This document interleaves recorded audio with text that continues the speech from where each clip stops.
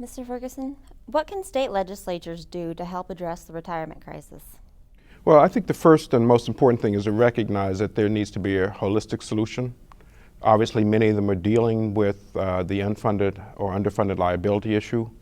But once they go past that, they've got to figure out what the next plan is going to be. We see some trends in that space that perhaps we can discuss. But they also have some obligations to think about good education so that they are informing their citizens of the challenges. They have the opportunity to think about financial literacy and financial education in schools, for example.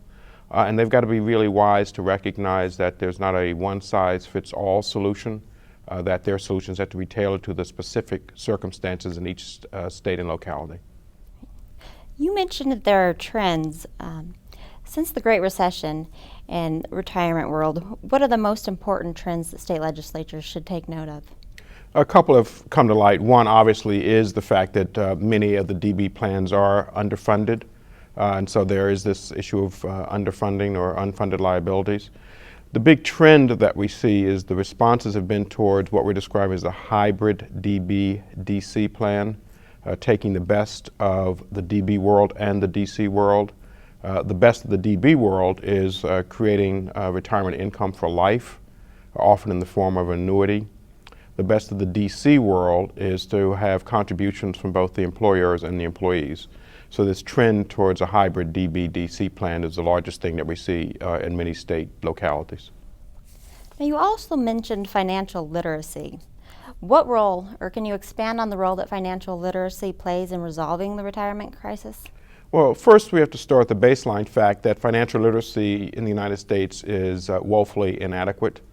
And the reason is that very, very few states require any sort of financial literacy, even at the high school level. I think only 14 states require a personal financial class, for example, in the high school. Second thing we have to recognize is that financial literacy really does relate to outcomes. That folks who have more financial literacy tend to plan for retirement. They end up having more wealth. Individuals who have a lower degree of financial literacy often find themselves with more debt problems. They know less about their mortgages. They tend to take higher priced mutual funds and many other things. So financial literacy is inadequate in many cases, but it also is really quite tied to likely outcomes. Consequently, it's important for us to overcome this financial literacy challenge. Let's talk a little bit about the aging of the U.S. population. That is that baby boomers are retiring and we have low birth rate. What does that mean for retirement? What it means is that the existing financial systems that are focused on aging populations are going to be under great stress. Social Security, Medicare, and Medicaid. In each case, we're going to find that we have more and more people moving into the retirement years, and they have to be supported by fewer and fewer individuals who are working. So this is going to bring to light the need to really rethink and repair and restart the retirement system in America to deal with this new reality of an aging baby boom population supported by a smaller number of folks working. The other big theme is not only are we aging as a society, but that the life expectancies have increased, and so healthcare issues become more important as we live longer with one or two chronic issues. With the increases in life expectancy that you just mentioned, how long should individuals realistically expect to work? You know, there's not a single answer to that. I think it depends very much on individual circumstances, both in terms of the kind of job one does, the physical nature of the work will impact whether that one can work longer. But for many people who are getting close to retirement, I think it's really important for them to consider whether or not they can continue to work a little longer. Having a longer work life means two things. One is you get to save more, and secondly, those who work longer, by definition, delay the time at which they have to really start to dig into their retirement nest egg. So a longer work life, if one can do that, is probably one of the solutions that individuals should be considering. For individuals who do retire, and for individuals planning retirement, how long should they expect to need an income stream? One of the things that has emerged is that, in fact, our life expectancies are getting longer, as I've talked about, And so people need to plan for retirement maybe 20 years, maybe even 30 years in some version of retirement. And I think many individuals have not really factored in the increase in longevity as they've thought about what their retirement might look like. Is planning for retirement the same for men and women? It's actually a bit different for men and women, and there are some similarities, but the differences are that women tend to have smaller retirement nest eggs. That's partially because they tend to be out of the workforce for maybe a dozen years, taking care of either children or elderly parents. And sadly, when they're in the workforce, it is still the case that women tend to earn on average 77 to 81 cents for every dollar that a man may earn in a similar kind of role. The second challenge for women is that they tend to live a bit longer than men. Life expectancies are running 4 years longer for women. So while everyone is dealing with similar sets of challenges, they may be a little more acute for the women in the population. I'd like to go back to retirement plan design. Can you tell me some of the features that a successful plan would have? Absolutely. There are 3 or 4, actually a few more features that we've seen that are consistent across successful plans. One is that everyone is enrolled, so participation rates are at 100%. Secondly, we see that good plans clearly have built into the plan an option for lifetime income in the form often of an annuity or another DB characteristic. A third is that individuals and their employers are saving at least about 10%, if not more, for their retirement. And what I mean by that is 10% of their income gets saved. A final thing or another thing is that they tend to have about 10 options for investments. Behavioral economists have shown that many more than 10, and individuals are sort of frozen into an action. Fewer than 5 to 10, you don't have enough options. And then another component that's really consistent across a good plan is that they offer the opportunity for education and advice because individuals are being asked to make more and more decisions, and they really need to have some professional objective advice to help get to the right sorts of outcomes. With your work at TIAA-CREF, have you found a successful means of, or what has been the most successful means of delivering retirement advice and education to their employees? What we found at TIAA-CREF, and we've been in this business for about 95 years of helping people to achieve financial security, is that advice has to be personalized.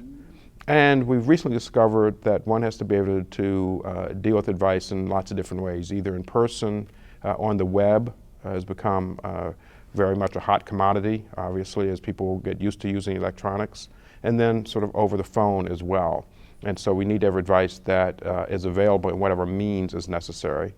And the other thing that we've certainly learned is that it's very important to have objective advice. TIAA-CREF is the most trusted name in financial services. We clearly test consistently high on the question of TIAA-CREF puts my interest as an individual ahead of the institution's interest. And so that's the second element, is you have to have objective advice, which then makes you a trusted party, a trusted partner to the individuals as they make their investment choices. Do you have any advice for who would be the best to play that role for public retirement systems?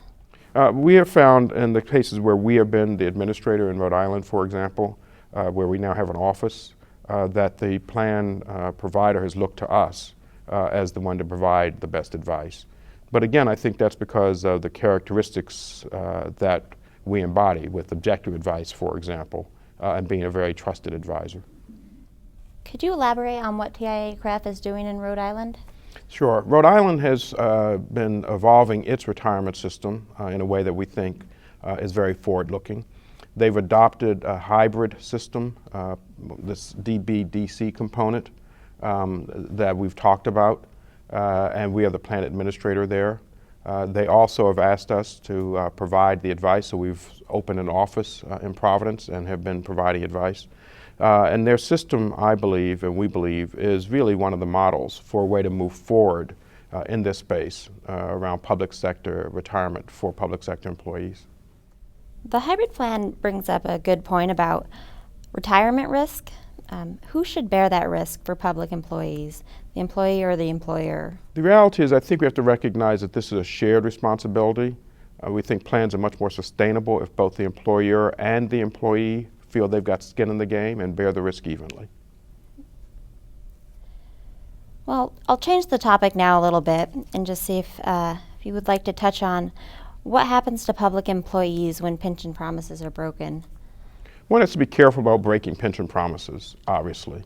Many folks go into the public sector expecting that the pension will be an important part of the benefit of being in the public sector. They may, in fact, be taking a slightly lower salary in order to make sure they have a solid pension.